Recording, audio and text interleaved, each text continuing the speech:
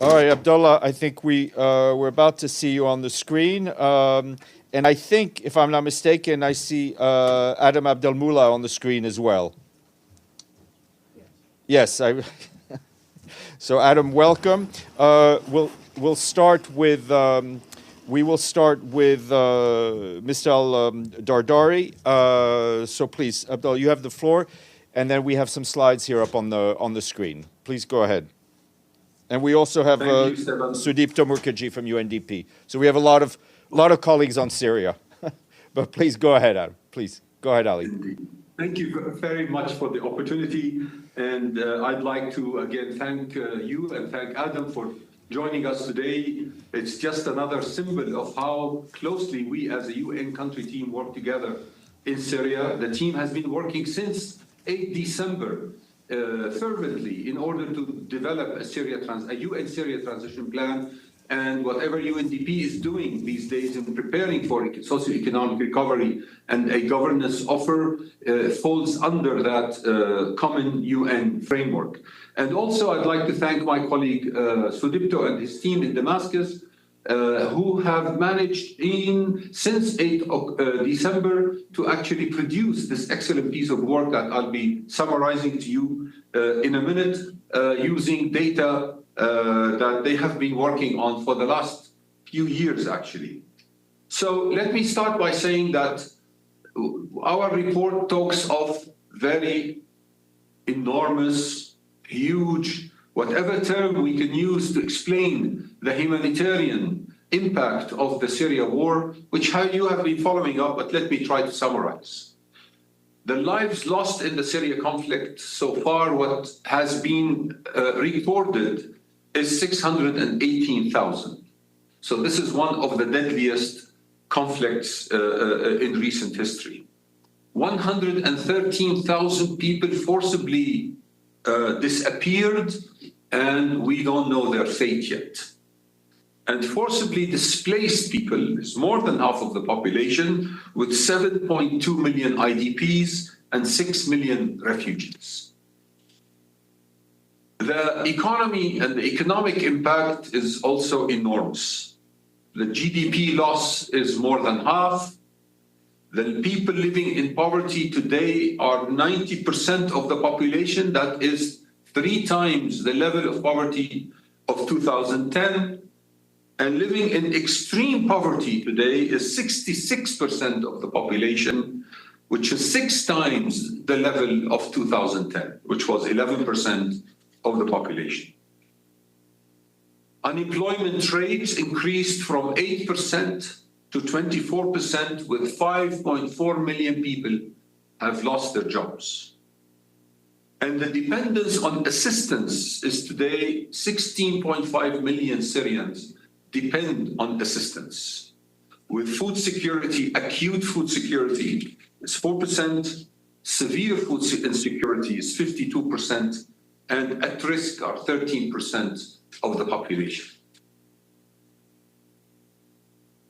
80% of the country's energy capacity has been lost. Syria used to generate around 9,000 megawatts in 2010. Today it is generating less than 1,500 megawatts. 70% of the power plants have been damaged, and 75% of the national grid capacity have been lost. Out of 5.5 million homes in 2010, 328,000 homes fully destroyed, and 1 out of 3 houses destroyed or damaged, which means we have 5.7 million people who need shelter support. The most stark number, in my opinion, here is the Human Development Index. Today, Syrian Human Development Index is 0.557, which is less than the oldest recorded HDI index for Syria in 1990, which was 0.63. It used to be 0.661 HDI in 2010. In simple terms, the country lost 40 years of human development. So what does that mean for recovery? Because we believe that there is a chance for recovery and that the UN is working on a transitional and recovery framework, and UNDP as the agency working on economic and social and human development is preparing some scenarios for recovery. I must say that the most starking figure at the moment is that should Syria continue to grow at the average of the past 5 years of growth, which was 1.3% GDP growth annually, it will go back to the 2010 GDP in 55 years. It will go back to the 2010 GDP in 55 years, in 2080. However, there are other alternatives, and we can work hard to achieve a recovery in 10 years' time with 7.6% annual growth rate, and we can actually have a recovery at 13.9%. In 15 years, we will not catch up in Syria with the 2010 GDP. The country could catch up with its ex-ante growth trajectory, which was without conflict, where the country would have been, and that is doable in 15 years of 13.9 annual growth rate. Now, these are extremely challenging figures. They require massive investments, and they require massive improvement in total factor productivity, around 4% every year, which in turn requires tremendous improvement in public administration, governance, transparency, accountability, institutional capacities, and so on. So the journey is long. So we can go back to the 2010 GDP if we grow at 7.6% annually for the next 10 years, and we can go back to the no conflict scenario trajectory, but we need to grow at 21% every year for 10 years.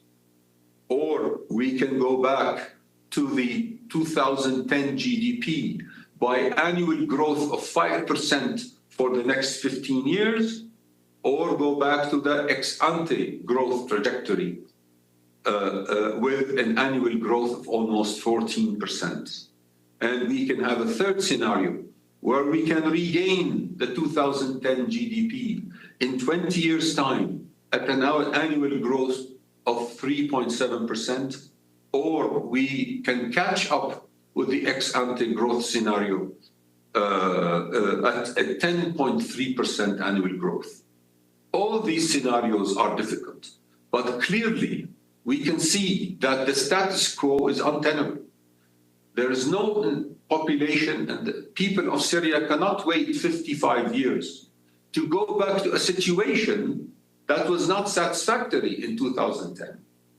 So that's why the UN recovery program and transition program, with the UNDP support to recovery and reconstruction program as a core part of that program, that framework, will be hopefully a way forward for the country supported by the United Nations. But what does that require? It requires a clear vision by the national authorities.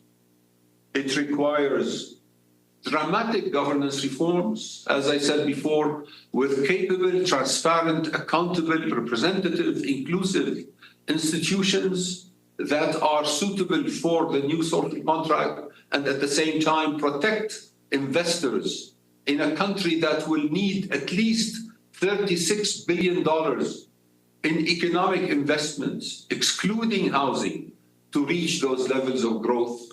I'm talking $36 billion in 10 years, excluding housing. It requires rebuilding the infrastructure. It requires macroeconomic stabilization with the exchange rate as it is today and the foreign reserves depleted from almost $23.5 billion to less than $1 billion today. We need to provide social protection, as 90% of the population is living in poverty. It's very important to revitalize the productive sector in an economy in a country that used to be productive, self-sufficient in food and most consumer products. And we need to consider sanctions seriously. As reforms move on, we need to make sure that sanctions are dealt with in a way that allows Syria to take care of all these reforms and requirements. I'll stop here and seek your questions or comments. Back to you, Sarah. Thank you so much. Steph had to step out, so we will take questions now. And of course, we have Mr. Dardari and the other guests as well to answer your questions as well. Let's start with Edie. Please go ahead. Thank you very much on behalf of the United Nations Correspondents Association for doing this briefing. My name is Edith Lederer from the Associated Press. Two questions. First, have you presented this picture to the current authorities in Damascus who are now leading the country? And if so, what was their response? And in light of the reduction in commitments by donors to many other appeals for aid, what have you heard about the prospect of aid for Syria on a massive scale? And could you just give us the dollar figure of what GDP in 2010 was for Syria? Thank you. Thank you. Should I answer now? Yes, yes, please, go ahead. Yes, okay. So as per our established rules, we present the report here today first. Our team in Damascus is constantly engaged with the authorities. Most of those figures we presented to you have been presented in group and in bilateral meetings with senior officials in the caretaker authority. Today, I know that many of them have the link to this event and they are watching. And tomorrow, officially, they will be handed over that report. And we will, and in addition to this report, we will be also starting a serious engagement on the recovery and reconstruction offer. As for the donor funding, we all know the ODA situation. Syria still needs a large amount of grant funding, but actually the country depends and will depend on investments. And there are very promising signals from Syrian diaspora, from the Gulf region and other regional countries interested in rebuilding the Syrian infrastructure, connecting Syrian infrastructure to the region through the gas pipelines, oil pipelines, electricity grids, highways, railways, ports, and airports. So that connectivity will be a big booster to Syria and the region. 2010 GDP was $62 billion. It was below Syria's capacities and potentials, but now we are less than half of that amount. If we calculate the accumulated loss in GDP from 2011 until today, it is estimated at $700 billion. That's the opportunity cost of the Syrian war in economic terms. Thank you. Back to you. Thank you. Let's go Ibtisam, Pam, and then Ephraim. Thank you. My name is Ibtisam Azim, Al Arabi Al Jadid newspaper. I have first a follow-up on the investment issue. Can you elaborate how this investment should be played out? In other words, where should be invested in order to profit maximum from these investments? And also, you touched a little bit on the issue of foreign reserve, what left? And in that context, there was a lot of money that was stolen from the Syrian people, whether by the Assad family or other people surrounding them. What's happened with that money? How much is the UN involved in trying to get that money back to the Syrian people? Thank you. Thank you. The first step in identifying investment priorities is to develop a macroeconomic framework with different scenarios and options. And then with the authorities, with our technical support, to identify the optimal combination of sectoral growth scenarios and the types of investments that should feed into these scenarios. So that's one. Our general estimate at the moment is based on a general equilibrium model, which says the country needs $36 billion of investments in the economic sectors, plus whatever is required to rebuild the destroyed homes, in order to achieve the catch-up scenario with the 2010 GDP, not the ex-ante growth trajectory that was supposed to have happened if there was no conflict. So from now on, once we engage seriously with the authorities, now we have this report, we have the model and the tools that allow us to discuss with them which are the best investment scenarios. But I'd like to stress here, and that's our message to the authorities, that without dramatic governance improvements, investments alone will not make it. Even if investments increase at a 10% annual rate every year from now until 2035, without a massive improvement in total factor productivity, i.e. institutions and governance and effectiveness and transparency, we will not be able to achieve those goals. So we need to our message is very clear to the authorities and to the investors on that point.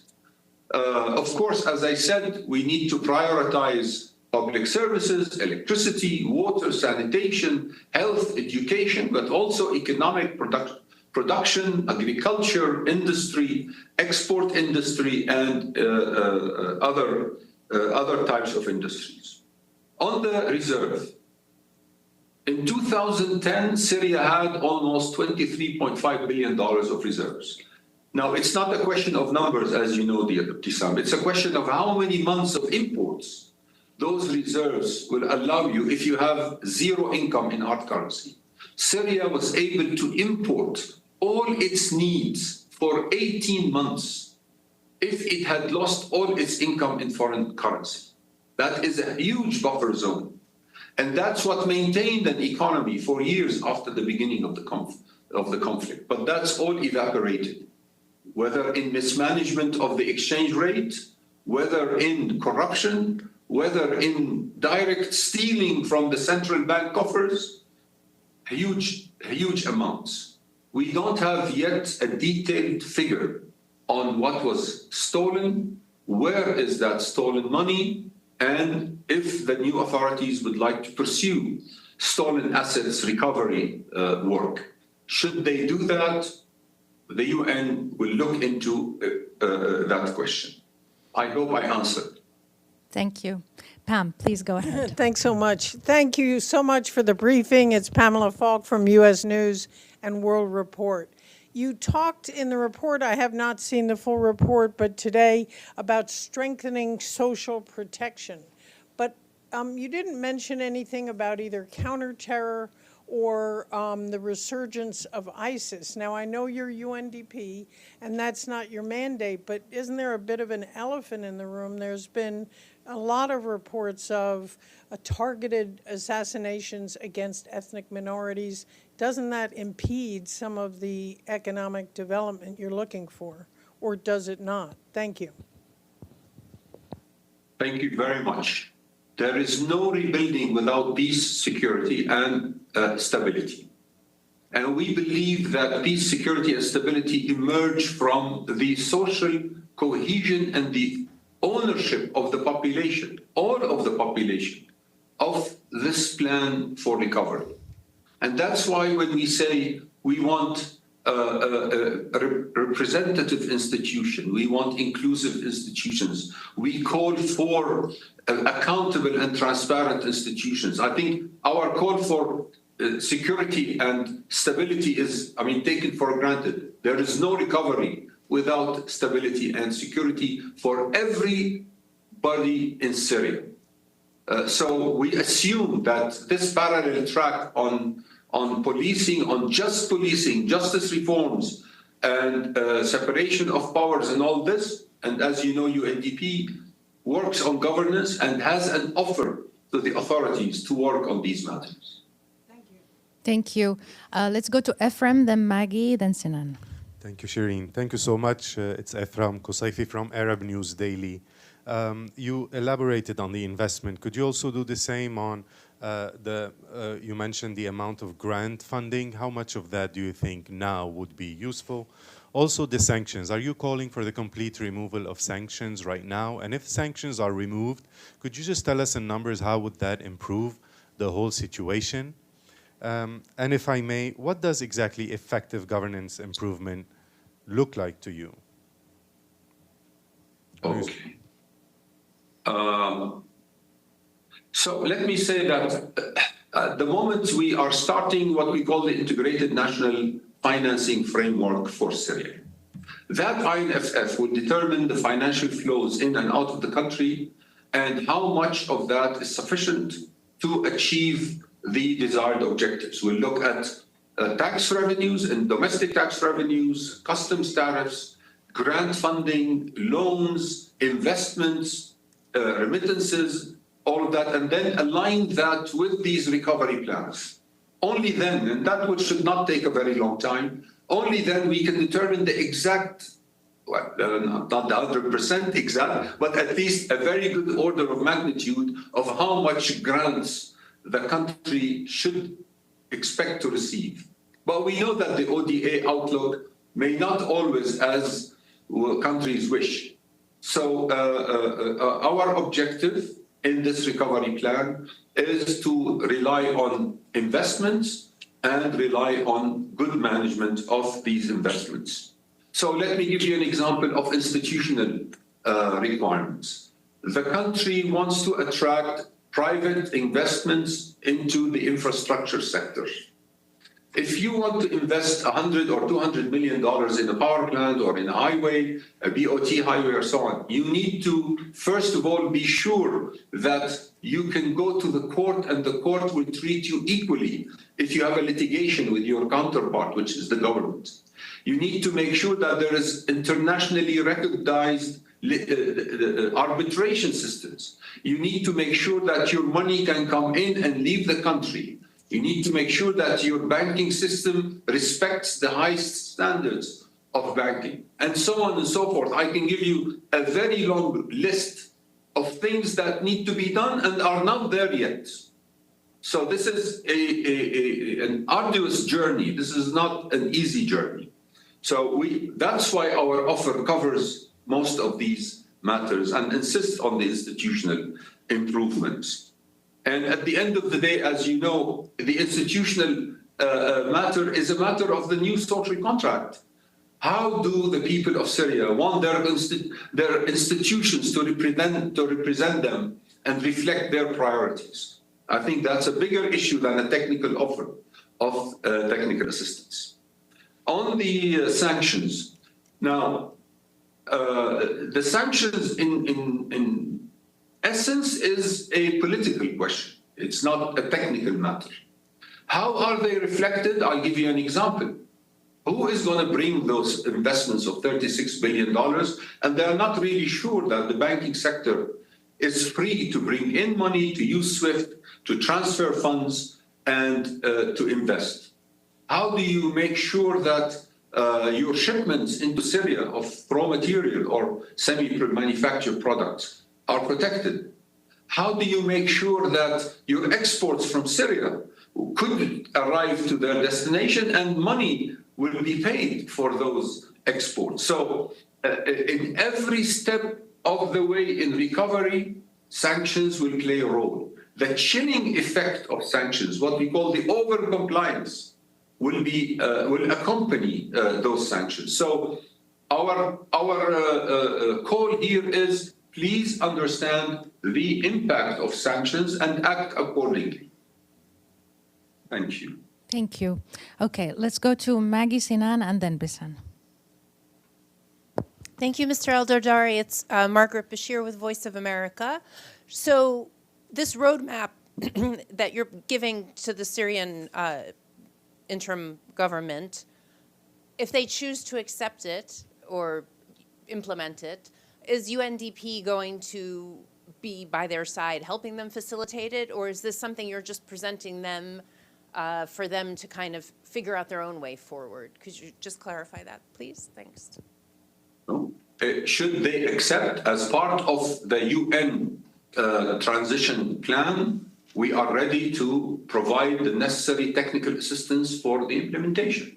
Otherwise, why should we present an offer if you are not ready to work? This is our mandate, and we will work accordingly. Of course, within whatever UN principles and parameters are set for us. At the moment, we are clear to engage, we are clear to discuss, we are clear to develop programs, and we are clear to move ahead with implementing our mandate. Sure. And you said tomorrow the report will be presented to the interim authorities. To whom will you present it? Will it be to Mr. Al-Shara or to whom? We will send a note verbal, an official note verbal with the report to the Ministry of Foreign Affairs, copying the Ministry of Economy and Development Commission and so on. Thank you. Okay, Sinan, please go ahead. Thank you. Thank you, Mr. Al Dardari. My name is Sinan. I'm with Ruda Media Network. I have a couple of questions. The first one is, you mentioned that the energy production has fallen by 80% with over 70% of power plants and other civilian infrastructures. Can you say like any specific region was damaged more than the other regions, since like different groups or different minorities controlling different regions? That's the first question. And the second question, you mentioned that achieving recovery in 15 years requires, for example, 5% annual growth. So under the like the current circumstances, do you have any foresight, or like how long would you take to be realistic for Syria to go back to 2010 before the war? And the last question is, and there is still conflict in northeast Syria, and how do you think this current situation is affecting the growth? And have you been in touch with any sites about this conflict, how it's affecting the economy? Thank you. Thank you very much. So we have done a comprehensive energy assessment for Syria. I need to explain that Syria before the war had a very centralized energy grid. So the country did not build a power plant for each region. The country built power plants in 2 or 3 regions and used a very widely spread grid to supply all of the country. So the damage, for example, the Aleppo power plant is practically lost, 1,000 megawatt out of 9,000 megawatt completely destroyed. You have then the coastal region power plants partially destroyed or not functioning because there is no gas. So Syria today, with the current ability of its power plants, can actually generate up to 4,000 megawatt if there is natural gas or fuel. And the natural gas comes from the northeast. So that's an example of how things are so interconnected and complex. We speak to the central government, the interim authority in Damascus. We don't speak to other authorities. We work with local communities across the country, but from an official point of view, we talk to the authorities in Damascus. So different, and that's why our investment roadmap for recovery has a short-term period where we can maintain, fix, upgrade the existing infrastructure for energy, so the grids, repair, spare parts for power plants, bringing natural gas through the Arab gas pipeline, bringing electricity through the Arab electricity network, which connects Syria to Jordan, to Egypt, to Turkey and Lebanon.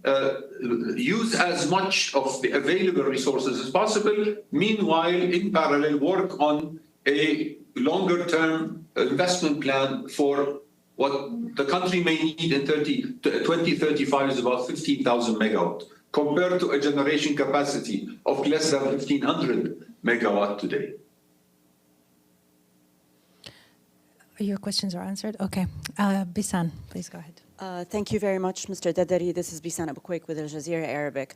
Can you give us maybe some sort of idea about a timeline that you see, given that you mentioned institutional improvements and governance improvements? How much time would that need to be put in place so it can work in tandem with your proposals and the framework that you suggest, and for the investments that would be pouring into the country to actually benefit Syria and the Syrian people going forward? Thank you very much. There are low-hanging fruits, as we say. If we can enhance the planning and supervision and monitoring and evaluation capacities of Syrian institutions, and that could be done relatively quickly, this will boost institutional capacities very quickly. If we can now go back, for example, take the Ministry of Finance. I mean, you have to know that the whole fiscal policy apparatus has been in paralysis for years. And without a well-managed public financial system and without a functioning taxation system, there is no recovery. But those are, as I said, low-hanging fruits. They can be addressed quickly, and quickly here means from 6 months to a year.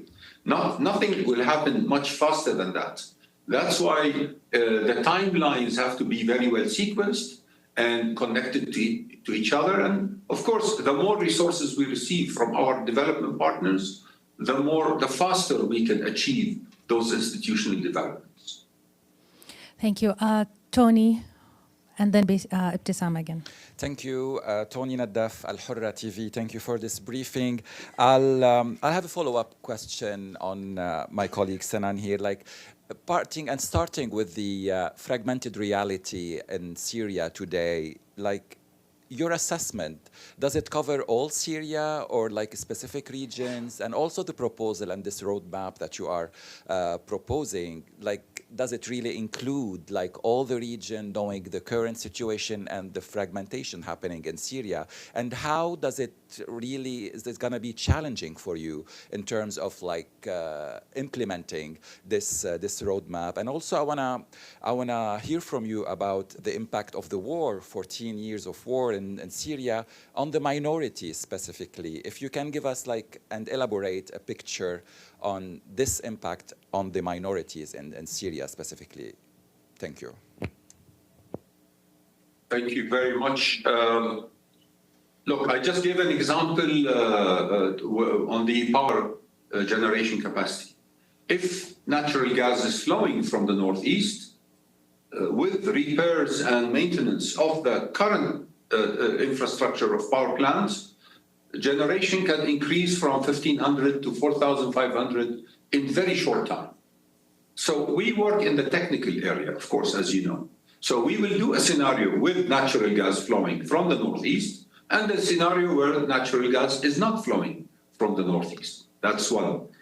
Most of the wheat production in Syria happens in the northeast. So there will be a scenario of food security and food value chains with the northeast, and there will be a scenario that's a technical one, not a political one. We don't step into that political domain. But there will be a scenario where all the wheat is being sold to Syria, to the rest of Syria, or to the government of Syria like it used to be before, or new models of agricultural finance. We will be able to present, we have the tools, the modeling tools that will allow us to simulate different scenarios, and it's up to the authorities to determine how to go about that. I'm not sure I can go into something called minorities. I can tell you that there are different levels of poverty, and we do have a multidimensional poverty map of Syria according to regions. We don't, in our work, we don't ask somebody what is your ethnic or religious or sectarian background, but we know that different regions are affected differently. And I must say that when we talk about 90% poverty levels, there is not much to differentiate between different parts of Syria or different communities in Syria. Misery is all over the place. Now with minor changes or difference here and there.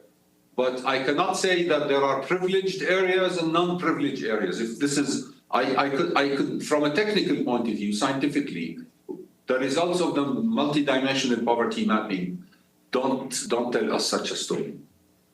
Thank you so much. Ibtisam. Hi, thank you.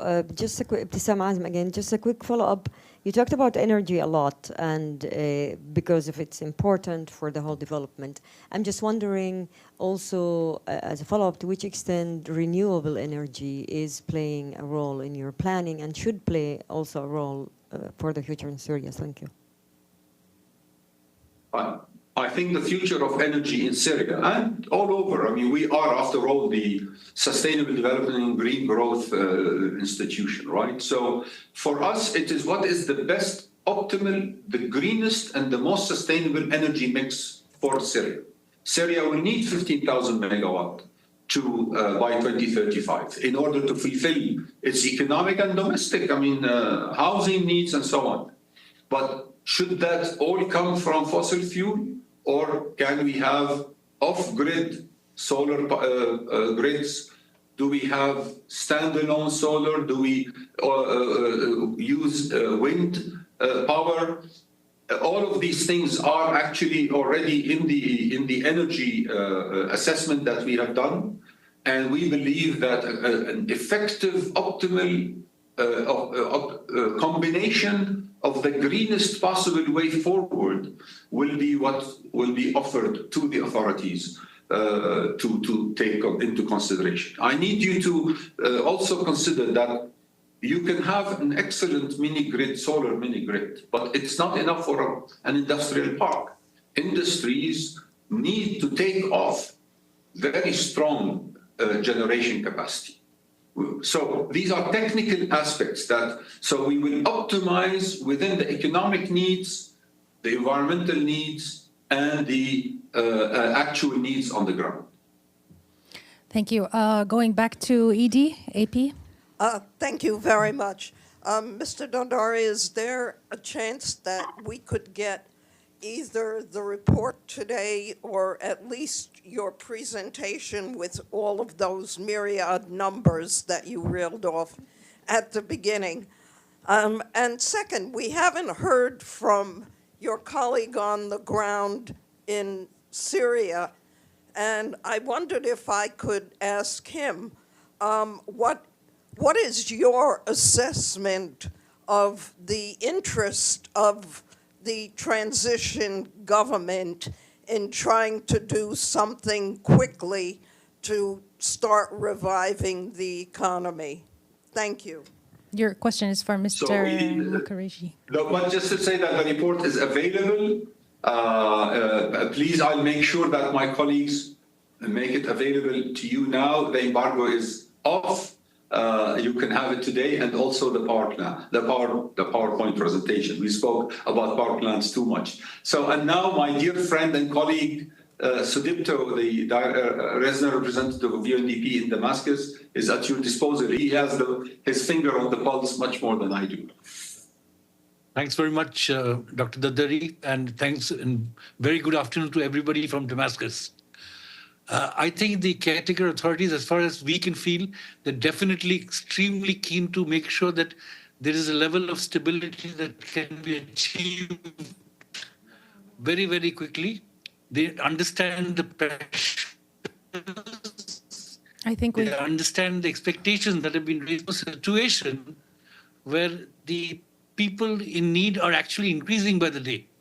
Since the beginning of the forced displacement from Lebanon, we've at least had 1 million refugees and returnees back. And this is something that also needs to be factored in. So the number doesn't stay static at 16.5, is 12.5 as we speak. I also must mention that they are looking for quick wins. They're looking for quick wins, but at this point, I think it's extremely important that the international community treats this situation as an emergency, and brings support, the necessary resources to make sure that stability can be maintained while the long-term reforms can be actually commenced over the period of time. Thank you so much. Before we go to Ephraim, we'll make sure that we share the report with you. Ephraim, you have a question for Mr. Mukerjee? Yes, or either one of you. Just a quick word on the methodology of the report. How did you collect the information? What methodology did you use? How many people were in Syria collecting information on the ground? Just a couple of words on that, please. Thank you. Please, Mr. Dardari or Mr. Mukerjee. Sudipto, would you like to address that? Yes. This report is entirely based on secondary data. There has been no primary data that has been collected. We've actually used the existing assessments which have been done by various no, I'm sorry. We're having connectivity we have issues. actually validated some of that. We're having connectivity issues. Can you hear me now? We can hear you now. Please go ahead again. Wonderful. So let me again say that this entire report analysis is based on secondary data. This is data collected by different agencies at different points of time.